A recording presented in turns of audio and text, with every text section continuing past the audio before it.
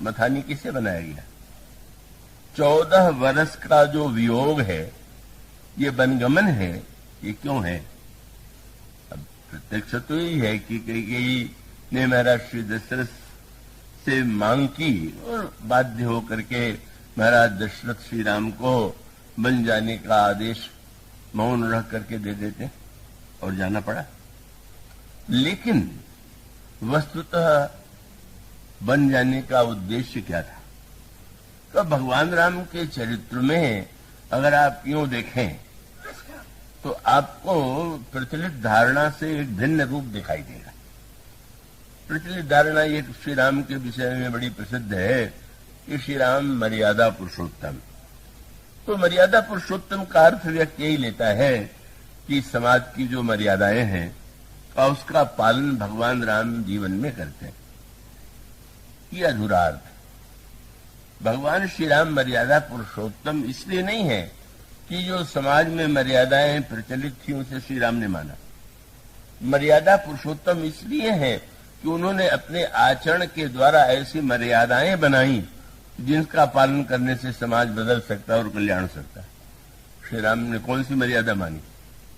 पहली मर्यादा तो यही थी, उस समय सारे देश में बहुविवाह की प्रथा प्रचलित थी।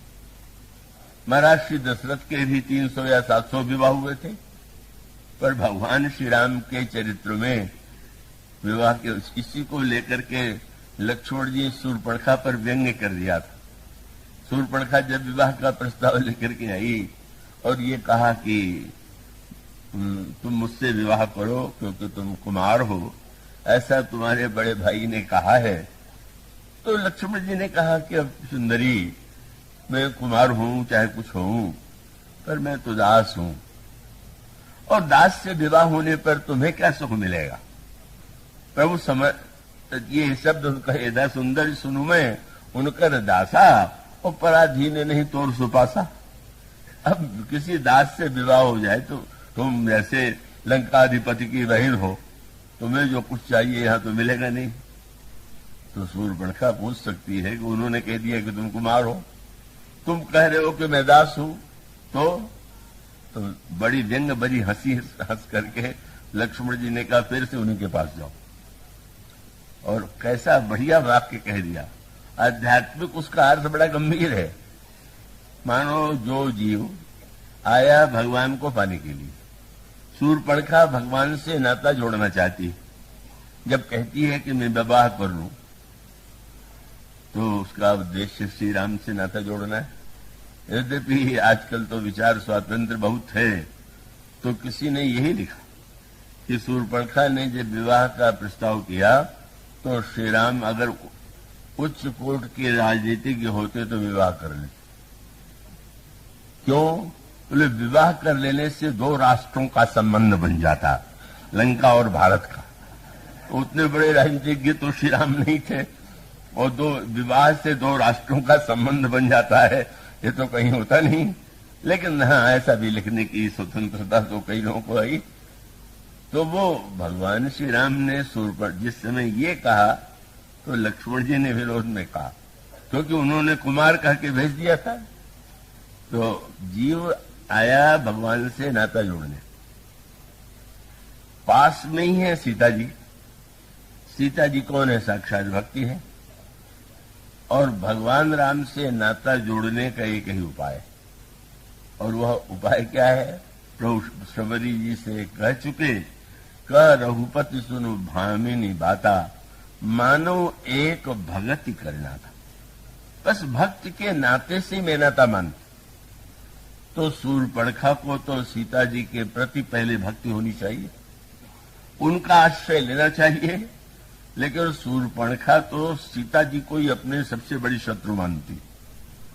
तो जो भक्ति के विरुद्ध भगवान को पाना चाहे, तो वो तो इसीलिए भगवान राम से उसने प्रस्ताव किया, तो प्रभु ने तो शूर्पणखा की ओर आंख उठा के भी नहीं देखा, सीता ही चिताई। वो तो केवल प्रश्न किया जा रहा है, उत्तर दे रहे हैं शूर्पणखा को, पर देख रहे हैं श्री सीता जी की ओर। उत्तर भी था कि मुझे पाने का तो एक ही उपाय है, माध्यम ये है, सीता है। इसी बात को लेकर के ग्रामीण जो स्त्रियां हैं, कवितावली रामायण में बड़ा भाव भरा चित्र प्रस्तुत करती हैं। मानो श्री सीता जी की ओर देख करके भगवान ने आध्यात्मिक अर्थों में भी और व्यवहारिक अर्थों में भी शूर्पणखा ने कहा मेरे समान सुंदरी कोई नहीं है। तो प्रभु ने सीता जी की ओर देखा कि ये तुमने दावा इनको देखने के बाद किया कि पहले कर दिया, और व्यवहार में और आध्यात्मिक दोनों संदर्भों में।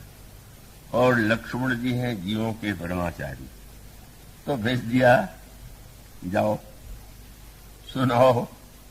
अब लक्ष्मण जी द्व्यर्थी भाषा बोल रहे हैं। प्रभु ने कहा फिर से तुम उनके पास जाओ, वो तो कह चुके हैं कि मैं विवाहित। तो आपने कहा क्या?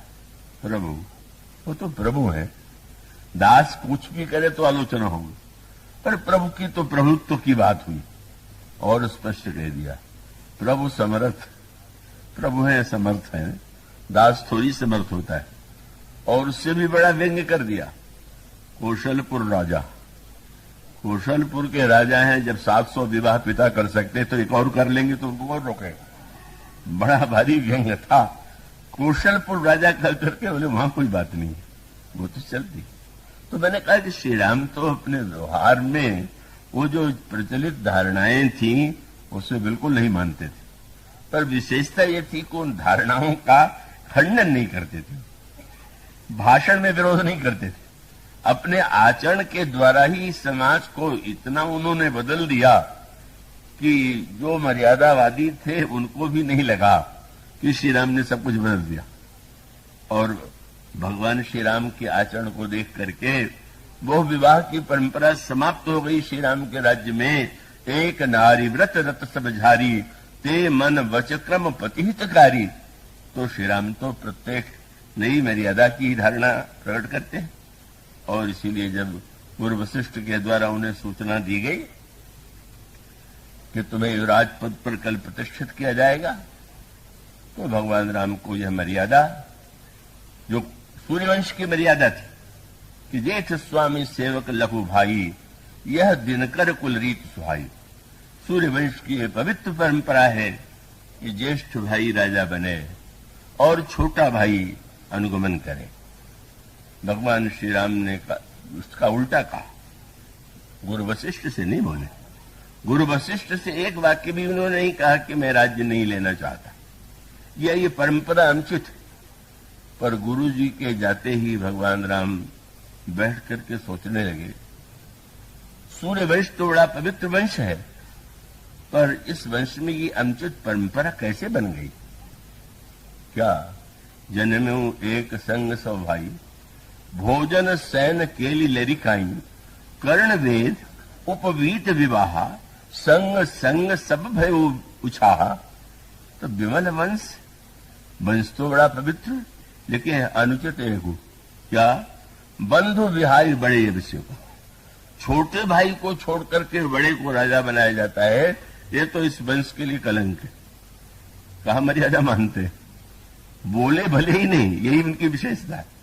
वो उग्र भाषण नहीं देते, पर वो ऐसा उनके अंतःकरण की शैली, उनके विचार और व्यवहार की शैली है कि प्रभु ने यही कहा, यह वंश तो, किसी ने पूछा महाराज क्यों अनुचित है?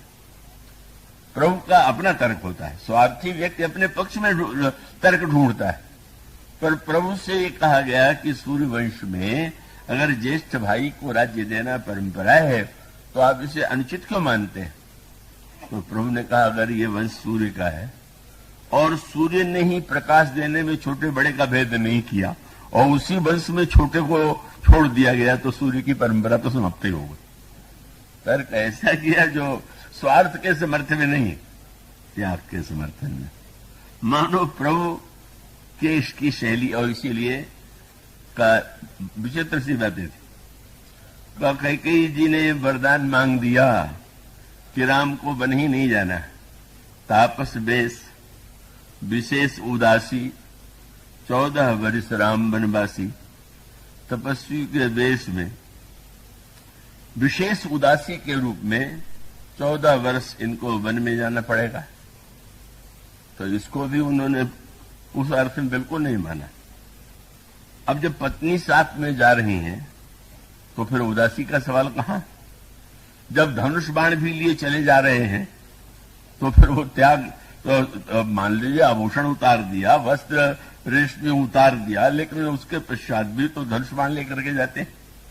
और संग सुबंधु पुनीत प्रिया का मानो सांकेतिक अर्थ ये है कि भगवान राम का उद्देश्य तो दूसरा था।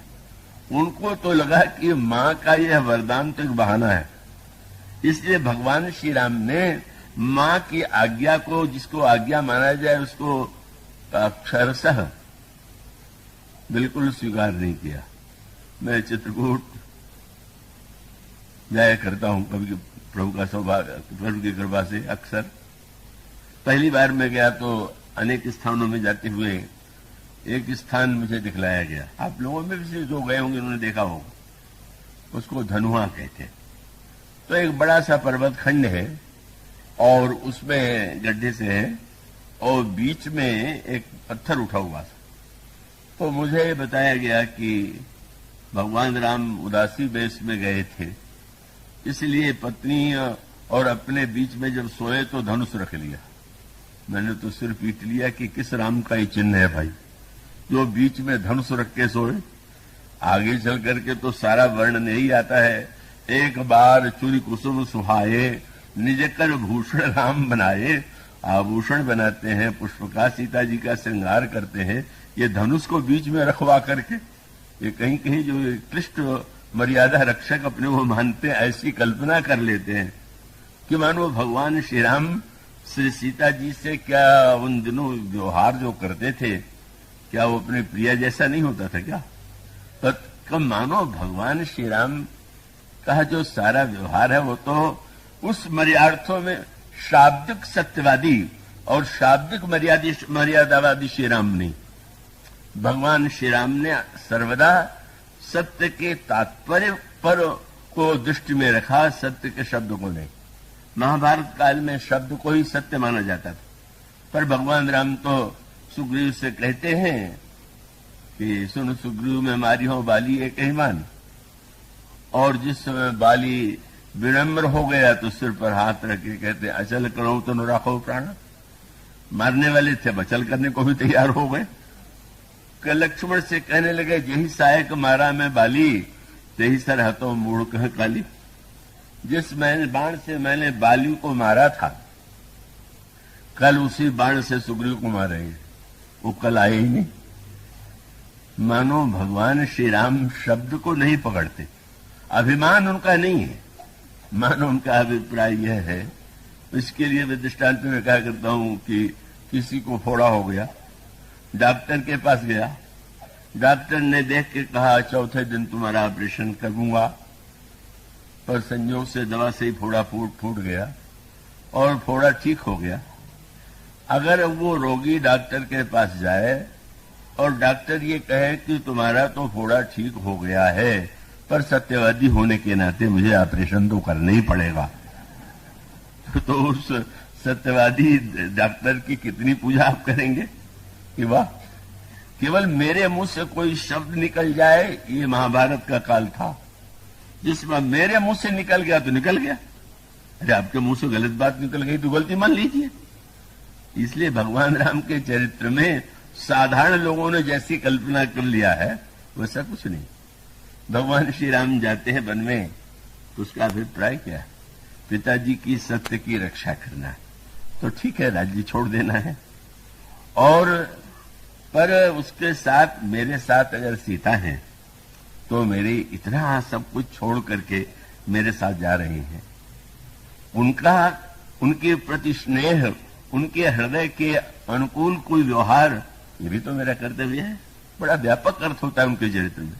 लक्ष्मण मेरा छोटा भाई है, मानो भगवान श्री राम का व्यवहार जो है वह केवल शाब्दिक शब्दों में बना हुआ नहीं, बल्कि भगवान राम जिस उद्देश्य से बन जा रहे थे, मुख्य उद्देश्य दूसरा था। इसलिए उनको तो लगा कि ठीक इस यात्रा में आप, इसीलिए तो व्यंग किया गोस्वामी जी ने कि कवितावली रामायण में जिस समय गांव की स्त्रियों ने श्री राम को देखा तो सीता जी से पूछा कि ये कौन है आपके? अब आश्चर्य, कौन ऐसा था कि जो समझ नहीं जाए कि कौन है, देख के जैसे बैठे हुए हैं। पर उन लोगों ने जो व्यंग्यात्मक चित्र प्रस्तुत किया वो बड़ा मार्मिक था। जब उन्होंने पूछा कि ये कौन है, ये आपके कौन है, तो जनकनंदनी तो मुस्कुरा करके चुप हो गई। पर मानो उनका ये प्रश्न था कि क्या कारण है, तो उन्होंने कहा कि अब इनको देख के हम समझ नहीं पा रहे हैं। क्या?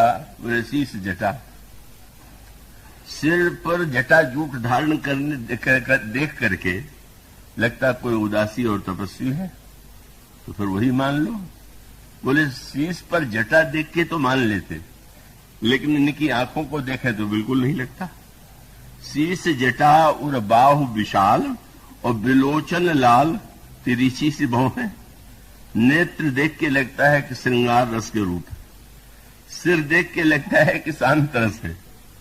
और उसके साथ शीश जटा और बाहु विशाल, बिलोचन लाल, तिरछी सी भौं है। और अगला वाक्य उन्होंने कहा कि इसके पश्चात भी शांतरस का, इनके हाथ में धनुष बाण देख के लगता है वीर रस है। धनुष बाण और जटा और नेत्र, इनमें अलग अलग रसों की अनुभूति होती है। तो फिर आप लोगों को ये जिज्ञासा क्यों है? अगला वाक्य बड़ा मधुर था। उन गांव की स्त्रियों ने कहा कि अब क्या करें, हम लोग उनसे पूछे तो कैसे पूछे, क्या समस्या है? बोले सादर 12 बार सुभाय चितय, बार बार देखते हैं तो बस आप ही क्यों, किसी कोई और है इसकी ओर तो देखते ही नहीं।